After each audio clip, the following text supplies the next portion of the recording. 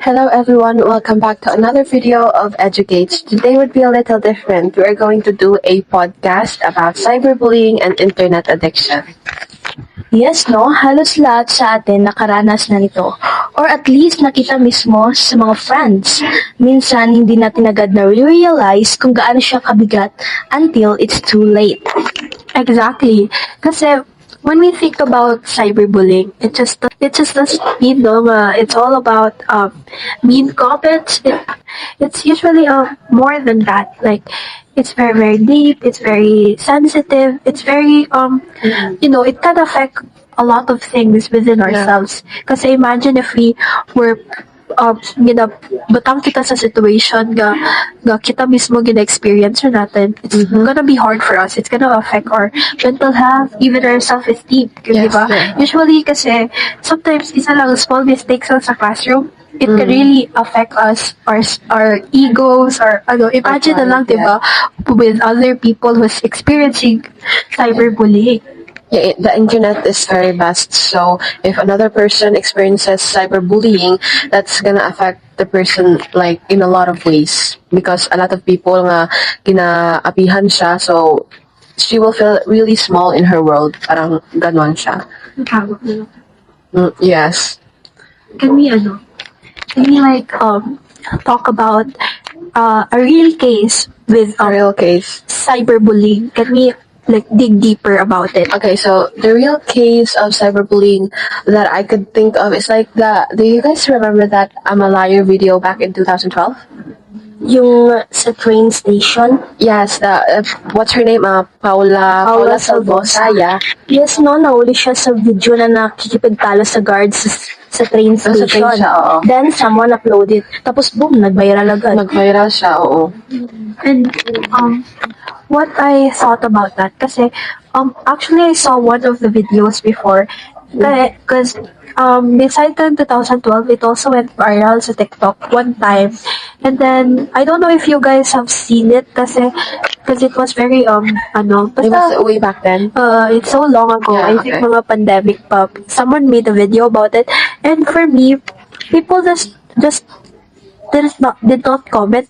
When you saw that post, people did not just comment. I actually researched more about that topic. So they did not stop from mean comments. Hindi lang mean comments. Okay. They also made memes. They all, like a lot of things na naka-threat ka na. Also, they said a lot of death threats about her.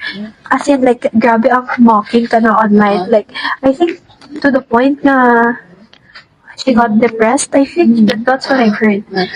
So in memes, like some people might be happy that they became a meme, other people, they bring people another joy. But it depends on other people. But there are actually people who are very sensitive about, kunwari, nasa meme sila. So parang feel nila dogin na pinagtatawanan siya. So there are different cases for different people. That's why nga hindi kita dapat mag-judge kang mga nakita natin sa social media.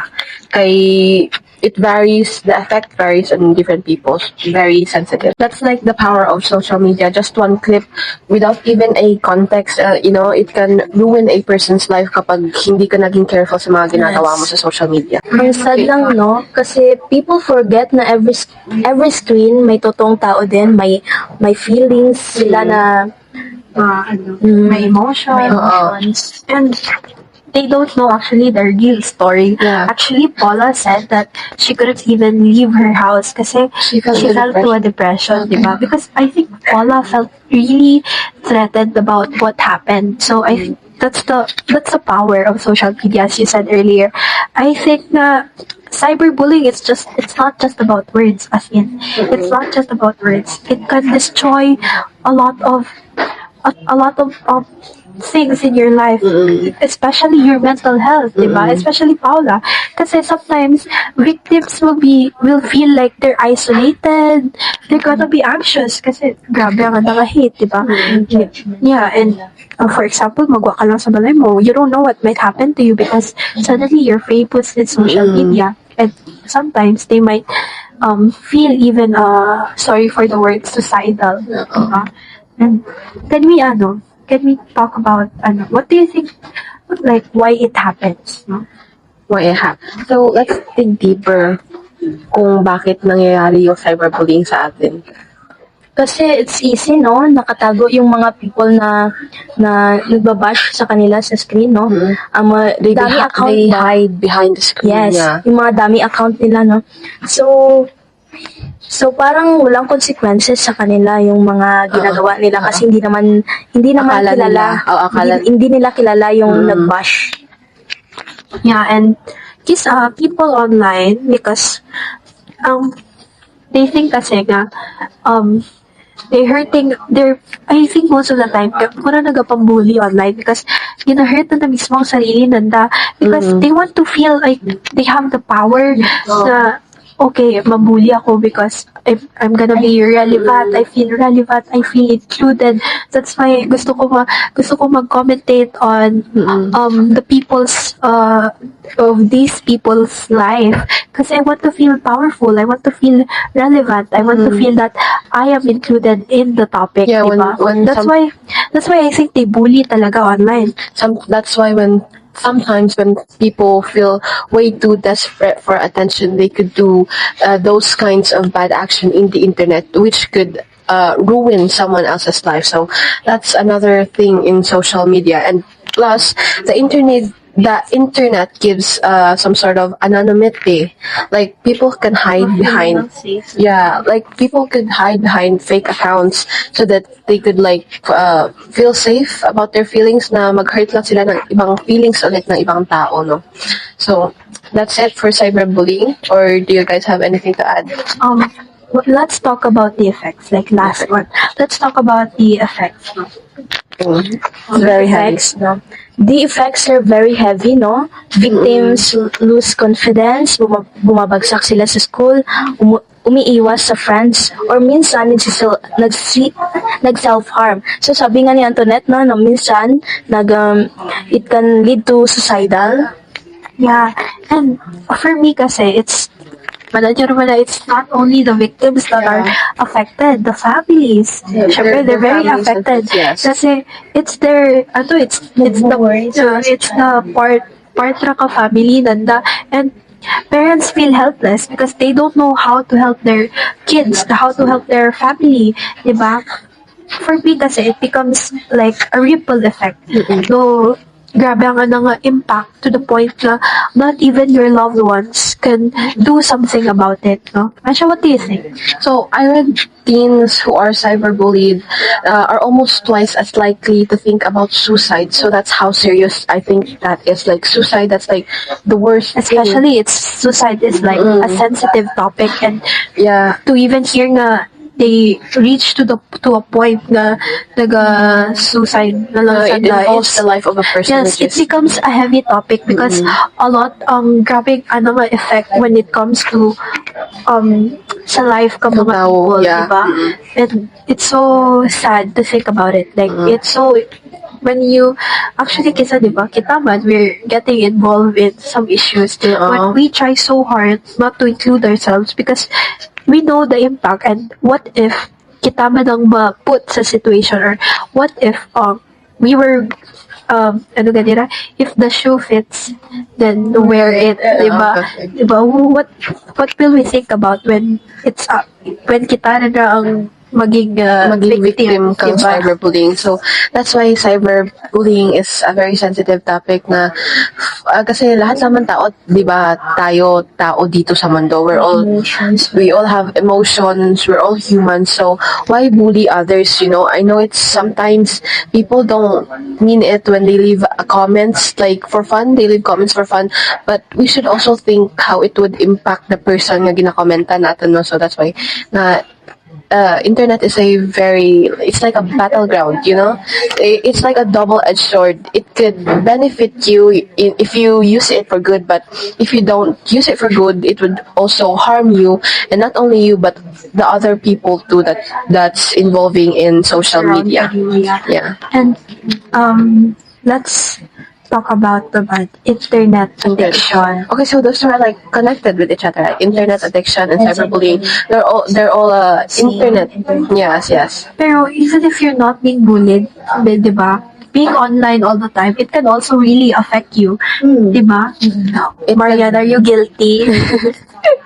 I think we all are. Guilty ako, no? Kaya minsan, TikTok lang, TikTok. Hindi ko na malayan nga, ano rin gali oras. Hasta nga, hindi rin ako makaturog. Kaga, lutang ako maglase. Hindi rin ako di may masabat sa teacher ko. Pero ako, I know a lot of people na sometimes skip na lang ka-meals na kisa kita, may mga tao kita na nga sometimes manan mga smart sanda but Yeah. sometimes hindi rin na nanda ma-project because they're too focused on doing, di ba, on a certain thing. Man nga, may capabilities sanda but they just don't apply it kasi na sometimes, amo na, internet addiction man ang reason why nga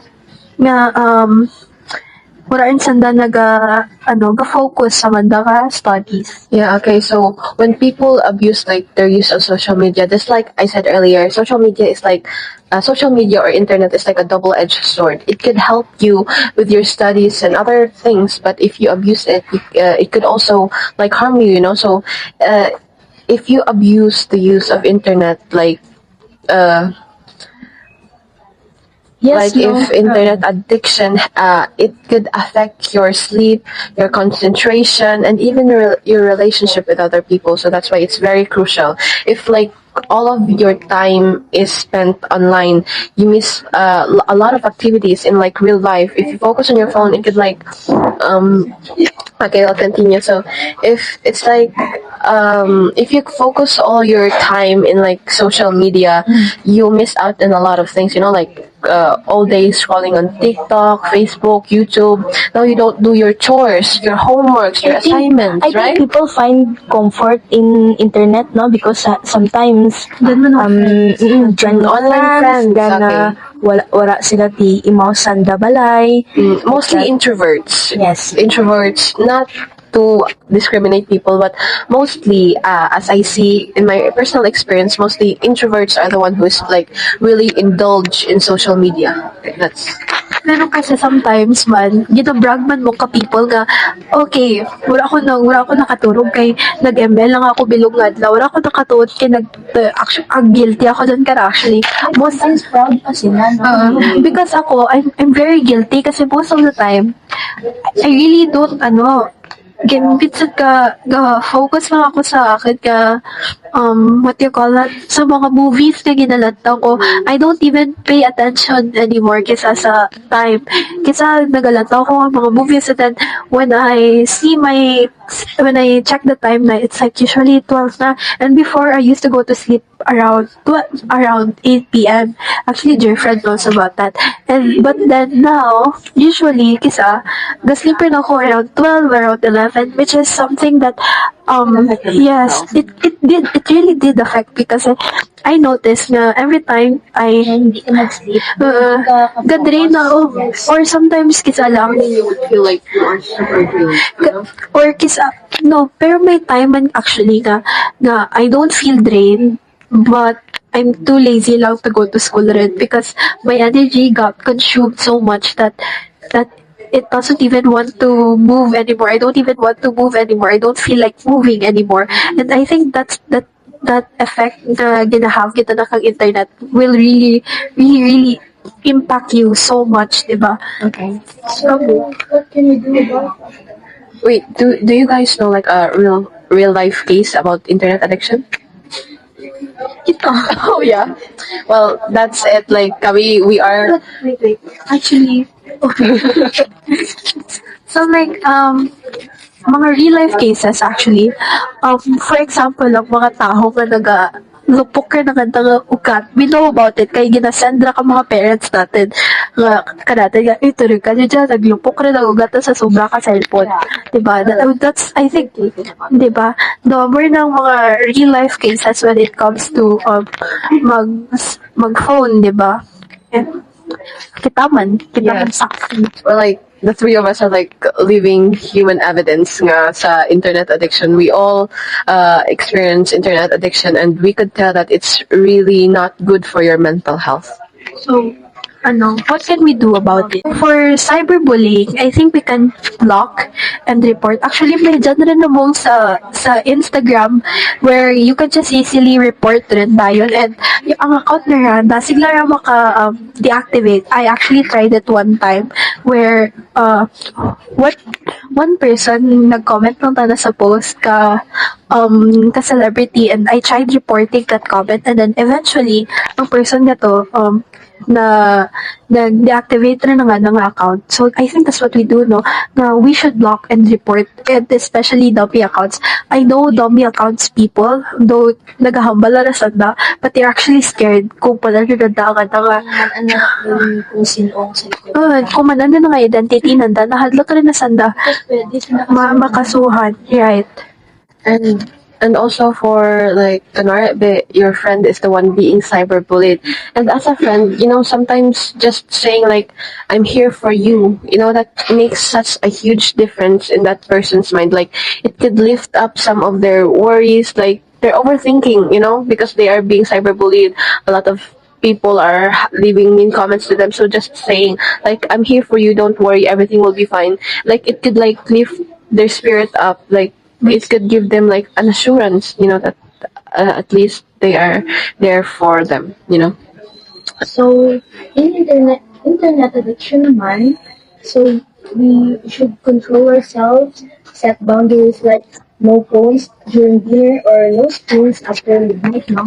Actually, adding to what Marian has said, there is actually mga apps where you can use to prevent yourself from using too much phone. Actually, I have that one. Sa akin na phone, because one time I got into a point where 17 hours na lang akin yung screen time, which is not very okay, but I do admit I'm trying to, My eyeballs. uy, ako di eyebags. Sa glasses, true. But there is actually, pata sa iOS actually has a function where you can limit your screen time. Ako, I limit my screen time 7 a.m.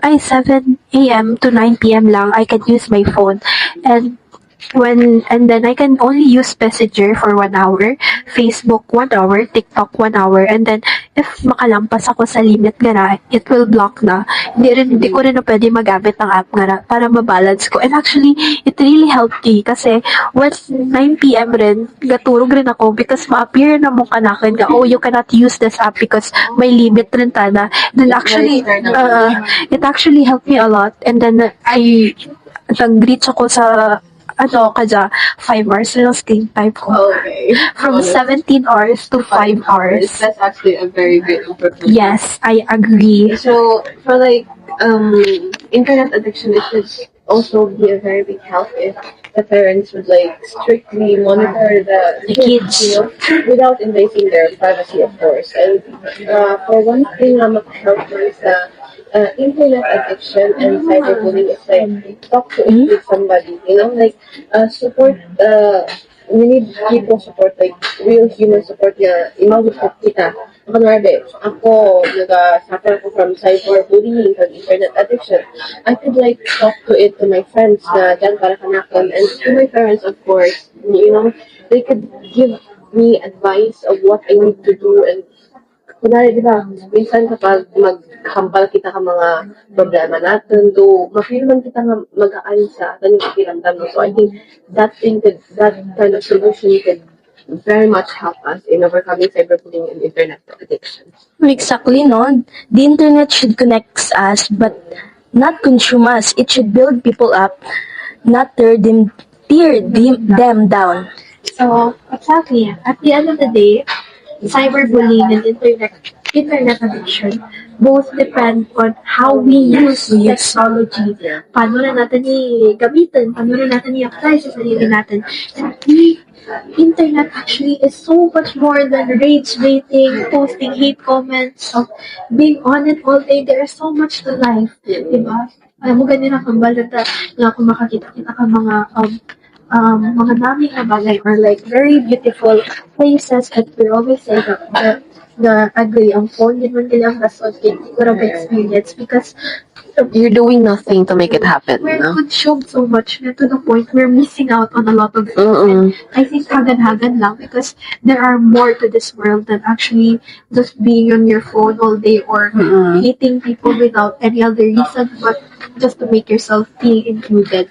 So just like I said earlier, like the internet and social media are like a double-edged sword. And just like Antoinette said earlier, it's internet is how we use the internet. You know, if we use it in the right way, of course, our community would come together. No, there's no cyberbullying, and if we help each other, there would also be no internet addiction that would happen. You know. Okay. Yes, let's make the internet a better place for everyone. And that's it. That's a it wrap for it's a wrap. for cyberbullying and Internet addiction. So Okay. I hope you guys learned a lot about this podcast because this one is a very sensitive Topic and me myself I tried so hard para to overcome internet addiction mo. You guys should do it too. Don't Yeah. consume yourself with social media or Mobile Legend or TikToks and let's not hate on everyone guys without any reason ka para magagat sa people gara. Let's try to be more calm. Let's try to find more peace para pagka-peace mo na kalibutan nila. And that's a wrap guys. Yeah. Thank you for listening and we hope you learned something. Thank you. Bye bye.